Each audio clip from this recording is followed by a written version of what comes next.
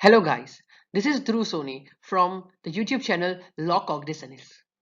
ये चैनल पे आप एवरी एस्पेक्ट ऑफ लॉ एक यूनिक वे में समझ पाएंगे। आज का हमारा टॉपिक है राइट टू इंफॉर्मेशन एक्ट 2005।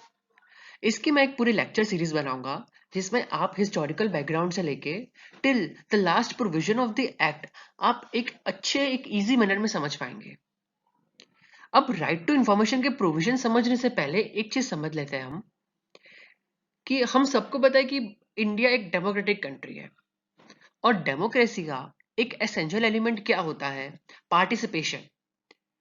अब आप पार्टिसिपेशन कौन से वे से कर पाएंगे? Participation either way of criticism, either way of any expression of opinion, ideas, thoughts, या फिर धरना से भी हो सकता है। आप पार्टिसिपेट कर रहे हैं, आप अपना व्यू दिखाना चाहते हैं, राइट? ये सारे आपको पार्टिसिपेशन वेज है जो एक डेमोक्रेसी के लिए बहुत इंपॉर्टेंट है, उसे गवर्न करने के लिए बहुत इंपॉर्टेंट है। अगर हम ले लें कि कोई चीज आपको क्रिटिसाइज करनी है, तब कब कोई पर्टिकुलर चीज क्रिटिसाइज कर पाओगे? आपके पास एक इंफॉर्मेशन होगी तब। मतलब डेमोक्रेसी आपको right to speech and expression का राइट देता है, and right to freedom of speech and expression आप कब कर पाएंगे? जब आपके पास एक इंफॉर्मेशन का बेस होगा तब। सो राइट टू इंफॉर्मेशन आर्टिकल 19 जो कॉन्स्टिट्यूशन में दिया हुआ है freedom of speech and expression related, वहां से उसका एक बेस हम पकड़ सकते हैं। Okay, so RTI stands for right to information. This act empowers the citizens to seek any information from the government, okay, except the categories of information which have been exempted from the disclosure under section 8 and 9 of the act. ये sections हम बाद में पढ़ेंगे कि कौन सी information आप सीख नहीं कर पाएंगे कि भाई मुझे ये इन्फॉर्मेशन चाहिए। सर्टेन ऐसी इन्फॉर्मेशन होती है जो गवर्नमेंट डिस्क्लोज नहीं कर सकती। फॉर एग्जाम्पल कोई ऐसा केमिकल फॉर्मूला बनाया, right, regarding to nuclear bomb समझ लेते हैं हम, तो आप ऐसा नहीं बोल सकते कि भाई हमें न्यूक्लियर बॉम्ब का फॉर्मूला दे दो, राइट? ये सब चीजें हैं जो आप नहीं मांग सकते, वो हम बाद में डील करेंगे इन डिटेल। ओके, सबसे पहले यहाँ पे जो मैंने जो टर्म लिखा है राइट टू इंफॉर्मेशन, ये पूरी डेफिनेशन है जो मैंने बैर एक्ट में से ली है। इसको समझ लेते हैं कि राइट टू इंफॉर्मेशन होता क्या है एग्जैक्टली। हमने बेस तो समझ लिया कि एक डेमोक्रेटिक कंट्री होती है, उसमें right to freedom of speech and expression होता है, उसमें से हमें राइट टू इंफॉर्मेशन मिलता है। आपके पास इंफॉर्मेशन होगी तब आप कोई चीज एक्सप्रेस कर पाओगे, right? So right to information accessible under this act which is held by or under the control of any public authority। मतलब आप पब्लिक अथॉरिटी के पास एक RTI एप्लीकेशन फाइल करेंगे, उसमें आप लिखेंगे कि भाई मुझे पर्टिकुलर इन्फॉर्मेशन चाहिए। वहां पब्लिक अथॉरिटी में एक PIO होगा, PIO मतलब पब्लिक इंफॉर्मेशन ऑफिसर, या फिर API होगा, असिस्टेंट पब्लिक इंफॉर्मेशन ऑफिसर होगा। उनके जो विद इन लिमिट्स होगी 30 या 35 डेज, वो हम बाद में पढ़ेंगे, उसके अंदर आपको इंफॉर्मेशन प्रोवाइड करनी पड़ेगी। अब आप जो इंफॉर्मेशन ले रहे हैं उसमें भी एक राइट इंक्लूड है, like how you will get. So right to inspection के लिए कर सकते हैं, डॉक्यूमेंट्स है कि क्या चल रहा है, भाई करप्शन तो नहीं चल रहा, राइट? ट्रांसपेरेंसी पता चलेगी हमें ये चीज से। ओके, आप एज ए नोट्स कलेक्ट करवा सकते हैं, एक्सट्रैक्ट्स, या फिर CTC मांग सकते हैं, certified true copies of the document और records. Okay, by the way of samples of materials भी आप मांग सकते हैं। Also in the forms of tapes, video cassettes, tapes और एनी अदर इलेक्ट्रॉनिक मोड, या फिर प्रिंटआउट्स भी ले सकते हैं। सो आपको समझ आया होगा कि राइट टू इंफॉर्मेशन आप कौन से वेज से कलेक्ट कर सकते हैं। ओके, नाउ अब हम समझते हैं कि ये एक्ट के एनेक्टमेंट के पीछे कौन से ऑब्जेक्टिव्स है। पहला ऑब्जेक्टिव है टू एम्पावर सिटीजन्स। ये एम्पावर वर्ड बहुत इंपॉर्टेंट है। वाई यहाँ पे उन्होंने एम्पावर वर्ड क्यों लिखा? डेमोक्रेटिक कंट्री में सिटीजन्स को एम्पावर होना बहुत जरूरी है, उनको पता होना चाहिए कि क्या चल रहा है। अब यही नहीं पता होगा कि भाई गवर्नमेंट या फिर पब्लिक अथॉरिटीज में क्या चल रहा है, करप्शन चल रहा है, ट्रांसपेरेंसी नहीं है, तो वो लोग कैसे क्रिटिसाइज कर पाएंगे, कैसे अपना व्यूज एक्सप्रेस कर पाएंगे? ओके, सो ये एम्पावर सिटीजन्स करने के लिए उन्होंने ये एक्ट बनाया। दूसरा कि भाई करप्शन तो नहीं चल रहा है, लाओ हम RTI की एप्लीकेशन फाइल करते हैं क्या कैसे चल रहा है पता तो चले। ओके, सो उससे रिलेटेड हमारे पास है transparency and accountability. Okay, and at the end जैसे मैंने लिखा, enhance peoples participation in democracy and democratic country. तो ये 4 ऑब्जेक्टिव्स है जो बहुत इंपॉर्टेंट है, आपको स्टेट करने ही है जब भी आप आरटीआई के रिलेटेड कुछ भी लिखे दो। ओके, अब हाउ डज इट फ्लो, ये तो मैंने एक अंडरस्टैंडिंग पॉइंट ऑफ व्यू के लिए लिखा है कि ये कैसे फ्लो होता है कि सिटीजन सीक इन्फॉर्मेशन, मतलब उनको इन्फॉर्मेशन चाहिए तो यहाँ पर आरटीआई एप्लीकेशन फाइल कर देंगे। किस बारे में, कि गवर्नमेंट में क्या चल रहा है, ट्रांसपेरेंसी है कि नहीं, अकाउंटेबिलिटी है कि नहीं, राइट। तो वो दोनों एलिमेंट्स को जानने के लिए, या फिर करप्शन है कि नहीं, एम्पावर होंगे सिटीजन्स, राइट। अब ये जो है CIC and state information commission, केंद्रीय सूचना आयोग। ओके, तो ये बाद में पिक्चर में आते हैं। सबसे पहले तो पीआईओ के पास ही एप्लीकेशन जाती है हमारी, एपीआईओ या फिर पीआईओ।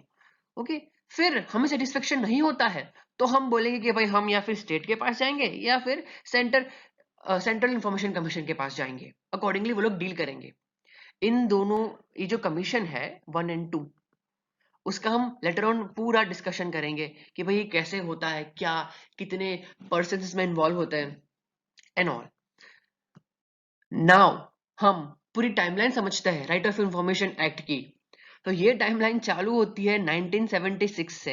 एक बहुत फेमस केस है राज नरियन वाला, आप सबको पता ही होगा, Raj Narain versus state of UP. Okay, so एक मिनट में रब कर लेता हूँ थोड़ा। यस, ये केस में बहुत फेमस केस है ये, right. The right of information treated as fund, ये केस में ऐसा बोला था कि जो राइट ऑफ इंफॉर्मेशन है वो एक फंडामेंटल राइट है under article 19 clause 1 sub clause A of the Indian constitution.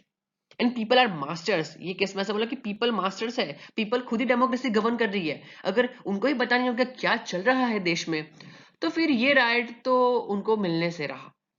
That's why ये केस बहुत इंपॉर्टेंट है। आपका हिस्टोरिकल बैकग्राउंड, हाँ, इससे पहले भी हो सकता है, आप यूडीएचआर का जिक्र भी कर सकते हैं कि भाई वहां से आया है, बट ये टाइमलाइन मैंने इंडिया इंडिया से चालू किया है कि भाई इंडिया में कहां से चालू हुआ इसका, राइट। ये केस के फैक्ट्स एंड ऑल डिस्कशन हम कब करेंगे, जब how the RTI is related to constitutional provisions in detail. मैं जब अपना लेक्चर अपलोड करूंगा तो आप जरूर देखिएगा कि ये कैसे डील होता है, तो उसमें फैक्ट्स इंपॉर्टेंट है। अभी आपको इतना डीप में उतरने की जरूरत नहीं है। नेक्स्ट आता है हमारे पास फिर 1986, 1976 में तो हो गया, अब आता है हमारे पास 1986 की बात। 1986 में एक केस होता है mister Kulwal versus Jaipur municipal corporation. ये केस आपने कहाँ पढ़ा होगा, मैं आपको बताऊं तो आपने जब एनवायरमेंट लॉ पढ़ा होगा, वहां पे ये मिस्टर कुलवाल का केस था, जहां पे वो कुछ सीवेज डिस्पोजल गार्बेज का केस था।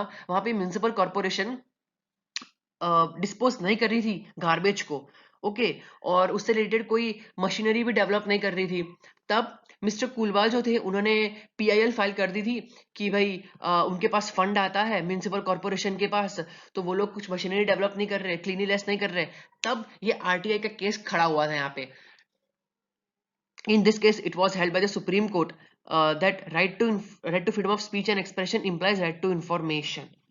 ये केस बहुत अच्छा है, इसके फैक्ट्स भी हम वो कॉन्स्टिट्यूशनल प्रोविजंस वाले लेक्चर में हम पढ़ेंगे।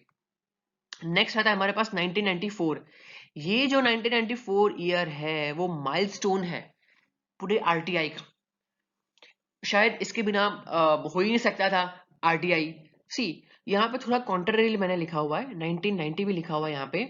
क्यों 1990 लिखा हुआ है, क्योंकि कहीं कोई बुक्स में ऐसा लिखा हुआ है कि ये भाई शक्ति जो मजदूर किसान शक्ति संगठन था, उन्होंने 1990 में धरने चालू किए थे कि भाई हमें आरटीआई का लॉ चाहिए, आरटीआई के रिलेटेड प्रोविजंस चाहिए, पर कोई कोई जगह लिखा है 1994। सो 1994 एक, यहाँ पे मैंने क्यों लिखा है, क्योंकि शूटेबल एक टाइमलाइन में जा रहा है इसीलिए।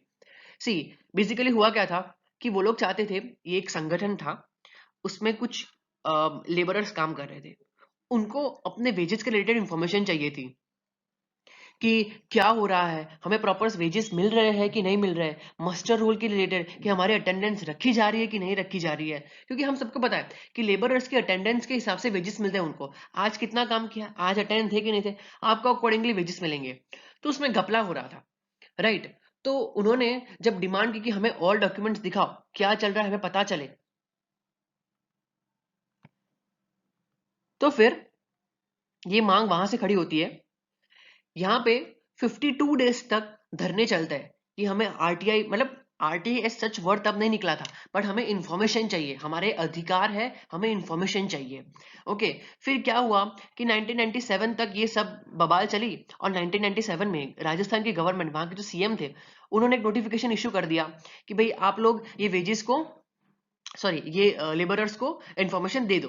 पर ये नोटिफिकेशन का कोई अमलीकरण हुआ नहीं।